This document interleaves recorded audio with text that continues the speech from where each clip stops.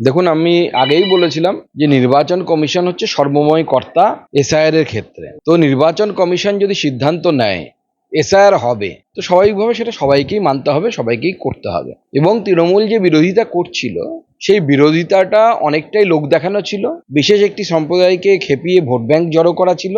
এ থেকেই প্রমাণ হয়ে যায়, কারণ সময়ের সাথে সাথে এসআইআর এর জন্য যে সমস্ত নাম, সে BLA 2 হোক বা BLA 1 হোক, তাদের নাম জমা দেওয়া বা এই সমস্ত কাজ কিন্তু তৃণমূল কংগ্রেস কিন্তু কোনোটাই বন্ধ করেনি। তারা কিন্তু যথারীতি এই নামগুলো কিন্তু জমা করছিল নির্বাচন কমিশনের কাছে, এবং তাতে অংশগ্রহণ করছিল।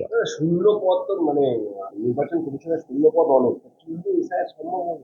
দেখুন, নির্বাচন কমিশন সেটা জানবে, বুঝবে কিভাবে হবে, কিন্তু করতে তো হবে। স্বাভাবিকভাবে নির্বাচন কমিশন যদি মনে করে অন্যরকম কিছু ব্যবস্থা করবে, কোথা থেকে হায়ার করবে, তারা বুঝবে, সেটা সেখানে আমাদের বিষয় না।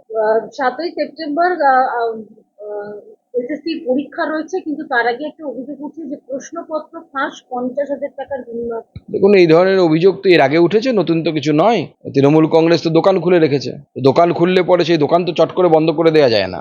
দোকান চলছে, প্রথম হাফে দোকানে যা বিক্রি হয়েছে তা নিয়ে চিৎকার চেঁচামেচি চলছে, তাই এখন অন্যভাবে দোকান চালানোর চেষ্টা হচ্ছে। কালকে এসএসসি যে পরীক্ষা রয়েছে তার জন্য বাড়তি মেট্রো পরিষেবা চালু করা থাকবে, কিন্তু যারা পরীক্ষা দেবেন তারা কালো ব্যাজ এবং কালো পোশাক পরে পরীক্ষায় বসেছে। দেখুন, তারা প্রতিবাদ জানাতেই পারেন, তাদের প্রতিবাদ জানানোর সেটা একটা পদ্ধতি হতে পারে, কারণ একজন শিক্ষক এত বছর চাকরি করার পর তাদেরকে আবার পরীক্ষা দিতে হচ্ছে, এবং পরীক্ষাটা কিন্তু তাদের গ্র্যাজুয়েশন লেভেল বা মাস্টার ডিগ্রি লেভেলের উপর হয় জেনারেলি এসএসসি পরীক্ষা। স্বাভাবিকভাবে তারা যেহেতু পড়াশোনার মধ্যে নেই, স্কুলের যে পড়াশোনা তার মধ্যে ছিলেন, তাদের পক্ষে দেওয়াটা, কারো পক্ষেই দেওয়াটা সম্ভব নয়।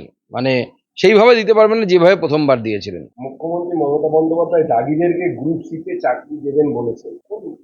এটাও ললিপপ, এবং তার কারণ তো আপনারা বুঝতেই পারছেন। আমি আগে বলেছি যে এই ঘুষ যারা দিয়েছিলেন তারা তো আর ছেড়ে দেবে না, তারা তো তৃণমূল নেতাদেরকে কাঁঠাল গাছে বাঁধবে, আম গাছে বাঁধবে। তো তার হাত থেকে বাঁচানোর জন্য, তাদের হাত থেকে বাঁচানোর জন্য এখন এই সমস্ত প্রচেষ্টা চলছে।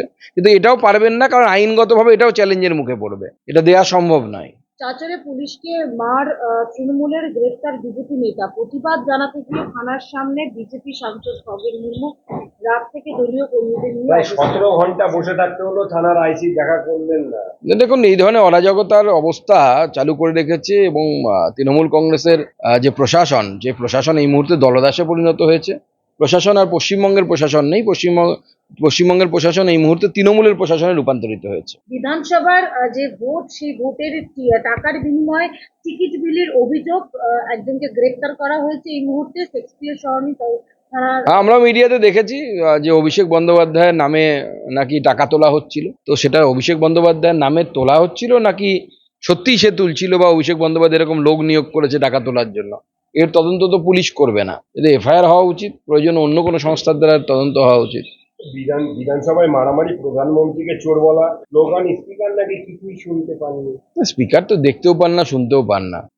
স্পিকারের কানে নেবা, মুখ্যমন্ত্রীর কথা অনুসারে এই চোখে নেবা, আর কানে কি হয়েছে তিনিই জানেন। তো কিন্তু মানে যে স্পিকারের সময় দল বদলের মতো কাজ, অর্থাৎ অন্য দল থেকে নিয়ে এসে কাউকে হাতে পতাকা ধরানোর মতো রাজনৈতিক কাজ বিধানসভায় হতে পারে, সেই স্পিকারের কাছ থেকে আর কি এক্সপেক্ট করা যেতে পারে?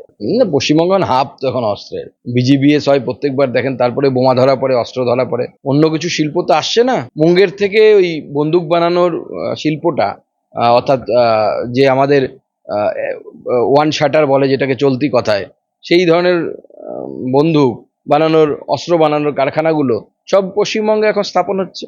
গোটা রাজ্য জুড়ে, আমি আগেই বলেছিলাম, যেদিন বিধায়ক শওকত মোল্লার পাইলট একজনকে ধাক্কা মেরেছিল এবং সে মৃত্যু হয় তার পরবর্তী সময়, তো স্বাভাবিকভাবে আমি তখনই বলেছিলাম যে রাজ্যের যদি দেখা যায় বিভিন্ন থানাতে যে গাড়িগুলো আছে তার বেশিরভাগই মেয়াদোত্তীর্ণ গাড়ি। এখানে পুলিশই নিয়ম মানছে না, উল্টে সেই পুলিশ রাস্তার মনে মনে দাঁড়িয়ে থাকে, কে আইন মানছে না সেটা দেখে পয়সা তোলার জন্য। সরকারি গাড়ির একই সেই অবস্থা। সরকারি গাড়ির একই অবস্থা পশ্চিমবঙ্গ সরকারের হালত এতটাই খারাপ যে ধোঁয়া পরীক্ষা করবে, অর্থাৎ স্মোক টেস্ট করবে, সেই টাকা নেই তো।